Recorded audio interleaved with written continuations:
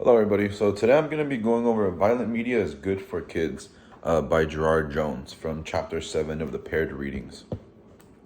I decided to pick this one because I thought it was a very interesting topic, just because I've always heard the term, or just like the saying that violent media is bad for the young children. That's what's said through like news stations and things like that. And to some people it might make sense, but I mean, he makes some very good points in this textbook about why that doesn't make sense and why that is actually false, that I personally do agree with. And so he basically talks about how he was very sheltered. He starts the book about how he was very sheltered. His parents didn't really let him express his violent feelings or like his anger out. He always had to hold that in and kind of was very just nurtured in that way. And he said that when he first started to kind of just entertaining those feelings when he was in middle school and started reading the Hulk. And so once he was exposed to this violence and everything that wasn't, gruesome violence, it was just comic book violence.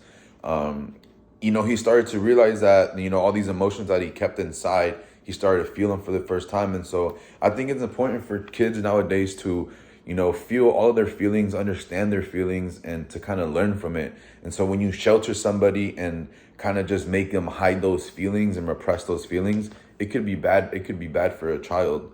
And so that's what he was kind of getting at, that, kids do have these feelings and kids do have these, tendencies to rage or get mad sometimes. And it's okay. It's part of life, and so kids shouldn't be told to hold that in, or be told to not be exposed to something, because he's also saying that it can make people gullible. It can make them, easily manipulated by other people, because the world we live in, unfortunately, isn't safe. It isn't, it's not, I don't know, explain it. It's not a good world, right? And so basically, like, it does have its good and its bads. And so we should just always be aware and always be, mindful of those things. And so that's what he was just kind of saying, is that basically children nowadays shouldn't suppress that. And, it's okay to, watch a violent movie or video games that are violent and things like that. It's not going to taint children and make them, serial killers, how some people may have thought in the past. And so I thought this was a very refreshing kind of way at looking at this thing, because in my opinion, growing up, my parents never, they never, were like, oh, you can't do this and you can't do that. They always let me play whatever video games I wanted. Let me watch, whatever movies, like, action movies, like violent movies and stuff, how some kids wouldn't be able to watch those. And so it's not like it made me a bad person or made me more a violent person.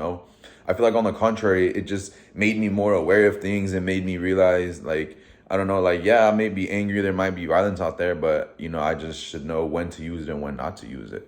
And so, yeah, like, I really thought this was a good paired reading from the book, because it really just connected with me personally. And I know that it connected to a lot of people. His target audience was really just kind of parents, to make them more aware of the situation, because I feel like parents can have a very skewed perspective on it. And so this was just kind of like targeted towards parents mainly, whoever are reading this book, about, understanding today's pop culture. And so that's what I have to say. Thank you very much.